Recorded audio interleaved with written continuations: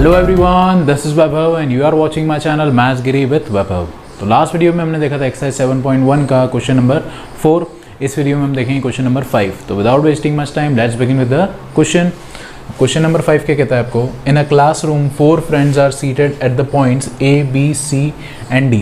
ठीक है, एक क्लासरूम है, उसके अंदर 4 फ्रेंड्स हैं और वो 4 अलग अलग जगह पे बैठे हैं, A, B, C and D। ठीक है, Champa and Chameli walks into the classroom and after observing for few minutes, Champa asks Chameli, "Don't you think it's a square?" ठीक है, तो चंपा और चमेली दो फ्रेंड्स हैं, वो क्लास के अंदर घुसते हैं और उन्होंने जब ऑब्जर्व किया ABCD को, ठीक है, तो उन्होंने आपस में बात करी और चंपा ने चमेली से कहा कि क्या ABCD एक स्क्वायर है। उसने अपना ओपिनियन दिया। ठीक है, तो चमेली ने मना कर दिया, she disagrees. Using distance formula find which of them is correct. तो आपको ये बताना है डिस्टेंस फार्मूला यूज़ करके कि कौन करेक्ट है, चंपा करेक्ट है या चमेली करेक्ट है। ठीक है, तो आपको जब आप बुक में देखेंगे तो आपको ABCD दे रखा है, ठीक है, एक ग्राफ के ऊपर। तो ग्राफ से आप उसके कोऑर्डिनेट निकाल लेंगे। तो A के कोऑर्डिनेट क्या आएंगे 3,4, ठीक है, B के कोऑर्डिनेट क्या होंगे 6,7, C के कोऑर्डिनेट आर 9,4 और D के कोऑर्डिनेट हैं 6,1। ठीक है, ये ABCD हो गया आपका। अब आपको ये चेक करना है ABCD एक स्क्वायर है या नहीं है। ठीक है, तो चेक करते हैं। तो आपके पास A दे रखा है 3,4, B दे रखा है आपको दैट इज 6,7, C दे रखा है 9,4 और D दे रखा है आपको 6,1। ठीक है, ABCD के कोऑर्डिनेट्स आपको दे रखे हैं। अब आपको क्या निकालना है, डिस्टेंस फार्मूला से चेक करना है ये स्क्वायर है या नहीं है। तो सबसे पहले हम क्या करेंगे, चारों साइड्स निकाल लेंगे। ठीक है, तो चारों साइड्स में सबसे पहली साइड क्या आएगी AB। तो AB की साइड का अगर हम डिस्टेंस फार्मूला लगाते हैं, ठीक है, तो डिस्टेंस फार्मूला क्या होता है हमारा x2 माइनस x1 का whole square plus y2 minus y1 का होल स्क्वायर। ठीक है, तो इस केस में x2 क्या हो जाएगा 6, तो 6 माइनस 3 का होल स्क्वायर प्लस y2 क्या हो जाएगा 7, तो 7 माइनस 4 का होल स्क्वायर। ठीक है, तो AB आ जाएगा हमारा 6 माइनस 3 दैट इज़ 3 का square plus 7 minus 4 that is also 3, तो 3 का स्क्वायर। तो ये हो जाएगा हमारा 3 का स्क्वायर इज़ 9 और ये भी हो जाएगा 3 का स्क्वायर 9। तो ये आ जाएगा हमारा √18। ठीक है, अगर हम फर्दर √18 को सॉल्व करेंगे तो इसको हम क्या लिख सकते हैं 3 × 3 × 2। तो फाइनली हमारा AB क्या आ जाएगा 3√2। ठीक है, तो AB की वैल्यू आ गई हमारे पास 3√2। अब इसके बाद हम निकालते हैं BC। तो BC के अंदर क्या हो जाएगा, फॉर्मूला तो वही रहेगा डिस्टेंस फार्मूला, पर इसके अंदर x2 x1 और y2 y1 हम चेंज कर लेंगे। ठीक है, BC के कोऑर्डिनेट्स लेके। तो x2 क्या हो जाएगा इस केस में 9 और x1 क्या हो जाएगा 6। तो ये क्या हो जाएगा हमारा 9 माइनस 6 का whole square plus y2 is 4 और इधर क्या हो जाएगा y1 7। ठीक है, तो 4 माइनस 7 का होल स्क्वायर। तो this will become 9 minus 6 that is 3 का स्क्वायर प्लस 4 माइनस 7 ये हो जाएगा -3 का स्क्वायर।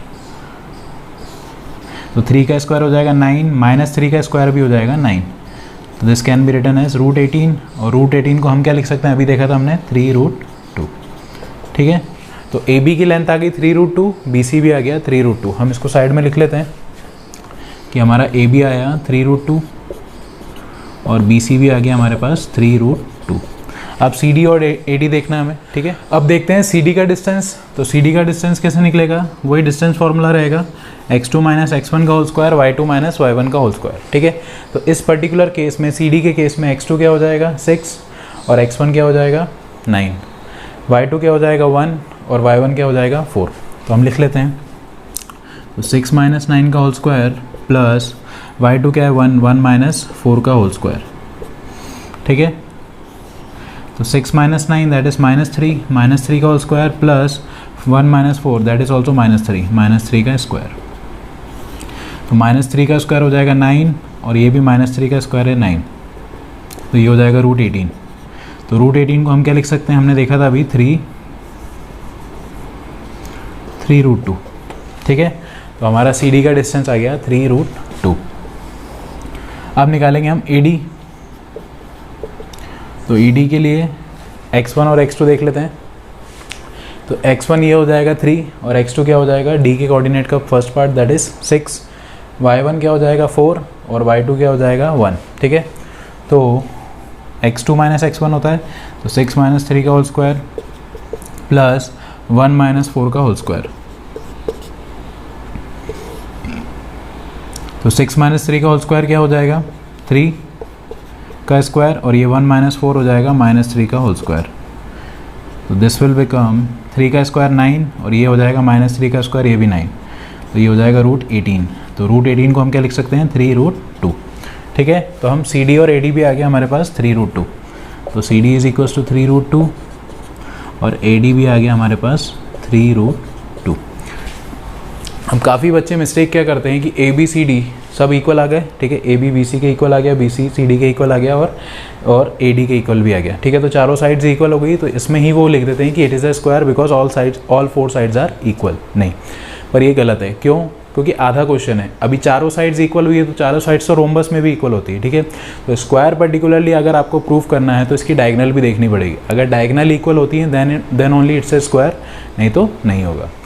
अब देखते हैं diagonal one that is AC का डिस्टेंस फार्मूला से डिस्टेंस निकालते हैं, क्या आता है देखते हैं, ठीक है। तो डिस्टेंस फार्मूला तो वही रहेगा, x2 माइनस x1 का whole square plus y2 minus y1 का होल स्क्वायर। अब इस पर्टिकुलर केस में AC के केस में x2 x1 y2 y1 क्या होंगे वो देख लेते हैं।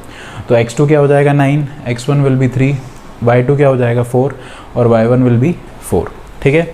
तो x2 क्या हो जाएगा 9 माइनस 3 का होल स्क्वायर प्लस 4 माइनस 4 का होल स्क्वायर। तो इससे आ जाएगा हमारा 9 माइनस 3 दैट इज़ 6 का स्क्वायर, और ये हो जाएगा 4 माइनस 4 दैट इज़ 0, तो 0 का square.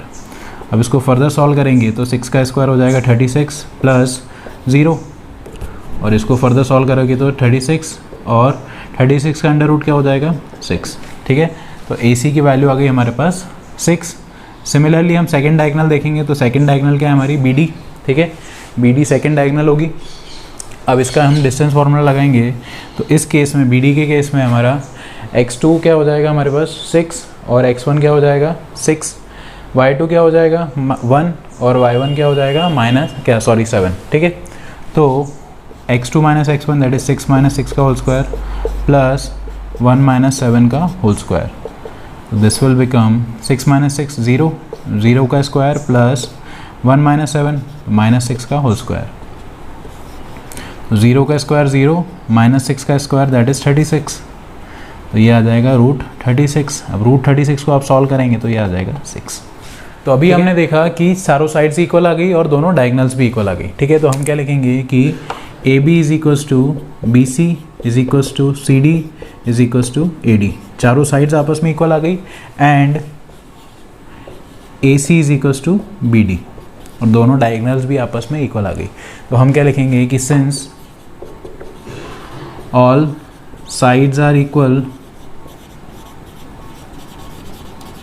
and both diagonals are equal, therefore ABCD is a square, ठीक है। चारों साइड्स इक्वल हो गई और दोनों डायगनल्स भी इक्वल हो गई, therefore it is a square. अगर सिर्फ चारों साइड्स इक्वल आती और डायगनल इक्वल नहीं आती तो ये रोम्बस होता, ठीक है। तो हमसे क्या पूछा था कि which using distance formula for which of them is correct, तो आपने क्या बताया कि ये स्क्वायर है। तो स्क्वायर किसने बोला था, चंपा आस्क्ड चमेली don't you think is a square, तो मतलब चंपा ने करेक्ट बोला था, ठीक है। तो देयरफॉर चंपा इज करेक्ट, ठीक है। चंपा नहीं बोला था ये स्क्वायर है, तो चंपा वॉज करेक्ट, ठीक है। तो इसी के साथ आपका क्वेश्चन नंबर 5 कंप्लीट होता है। Will be doing question number 6 in our next video. अगर ये वीडियो आपको अच्छा लगा हो तो please do like it and share with your family and friends, and for more such videos please subscribe to my channel Maths Giri with Vaibhav. Thanks for watching this video. Thank you, have a nice day, thank you.